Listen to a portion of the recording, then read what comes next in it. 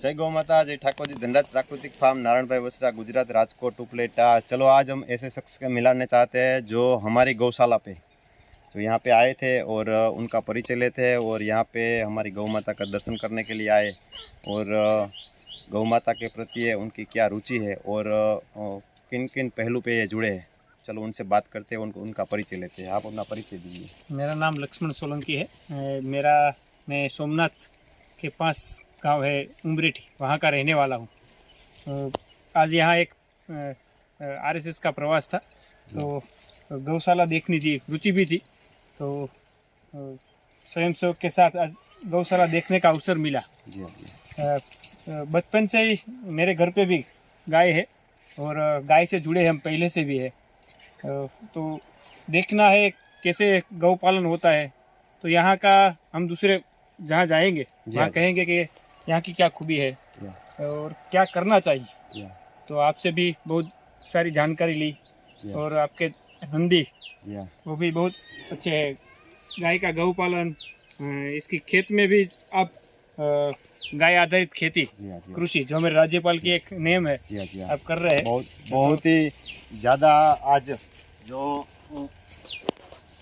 प्रचार कर रहे हैं और जो समय की मांग के हिसाब से बता रहे हैं आचार्य जी, उस हिसाब से हमें आगे बढ़ना भी चाहिए और करना भी चाहिए, क्योंकि गौ माता को अगर सुरक्षित रखना है तो किसानी और गौपालन जो साथ में लेके चलेंगे तभी गौ माता सुरक्षित रहेंगी। मेरा मानना ऐसा है। खूब आनंद हुआ, गाय का दर्शन भी हुआ, नंदी महाराज का भी दर्शन हुआ और खास आपसे मिलके। आप खेती इतनी अच्छी कर रहे हैं, स्वयं कर रहे हैं, कोई दूसरे इंसान रख के एक गौ पालन करना ऐसा नहीं है, स्वयं कर रहे हैं, स्वयं सिद्ध कर रहे हैं कैसे करना चाहिए और इसमें से कैसे पॉजिटिव ऊर्जा कैसे मिलती है और भी विश्व का कल्याण गाय से कैसे होगा, ये नमूना हम यहाँ देख सकते हैं। आपने काफ़ी जगह पे देखा होगा कि गौशाला में नंदी तो होते हैं लेकिन काफ़ी गायों के बीच एक नंदी होते हैं और ज़्यादातर नंदी गौशाला में जाने भी नहीं देते।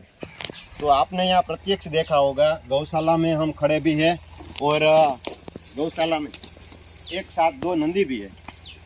तो हमारा सिर्फ कहना यह है कि ये गौ माता और नंदी, इनको सिर्फ प्यार की ज़रूरत है, इनको प्रेम मिलेगा तो ये सब कुछ जैसे कि हमारा फैमिली मेम्बर है उसी प्रकार से हमारे साथ जुड़े रहेंगे और गौपालन और किसानी एक साथ रहेगी तभी गाय भी सुरक्षित रहेगी और हमारी किसानी भी सुरक्षित रहेगी। क्योंकि आज बड़ी बड़ी बातें करना वो तो हो जाती है, लेकिन जो ज़मीनी स्तर पे हमें जो लागू करना होता है वो हम स्वयं जाके कहीं पे देखें तो उस हिसाब से ही पता चलेगा कि वाकई में गौपालन और किसानी सिद्ध हो रही है या नहीं हो रही है। तो हमें सिर्फ कहने का तात्पर्य ये है कि अगर आप किसानी करते हो और प्राकृतिक किसानी कर रहे हैं तो ऐसे छोटे मोटे, चलो एक गाय रखी तो 15 बाई 15 या 20 बाई 20 ऐसी खुली जगह छोड़ के गाय को आप रखिए और आपके खेत पे ही रखिए और आगे बढ़ेंगे तो 100% सक्सेस रहेंगे। तो हमारा तो मानना है, क्योंकि हमारा तो ज़रूरत से ज़्यादा हमने ज़्यादा रखी है, क्योंकि हमें तो ये शौक़ है। हम ब्रीडिंग पे भी ध्यान देते हैं और नंदी चयन करने पे भी अलग अलग कई मुद्दों पे हमने तो बताया है। क्योंकि गौपालन में जो गाय में दूध था आज दूध नहीं है, उनकी वजह क्या है, जो वो काफ़ी बातें हम करते रहते हैं, लेकिन हमें प्रैक्टिकल होना पड़ेगा और पूरा ज्ञान लेके आगे बढ़ेंगे तभी हम सक्सेस होंगे और आने वाली जो हमारी पीढ़ी है उनको एक स्वस्थ और तंदुरुस्त गाय हम दे सकेंगे। ठीक है, बहुत बढ़िया, खूब आनंद हुआ। एक बार देखने लायक है।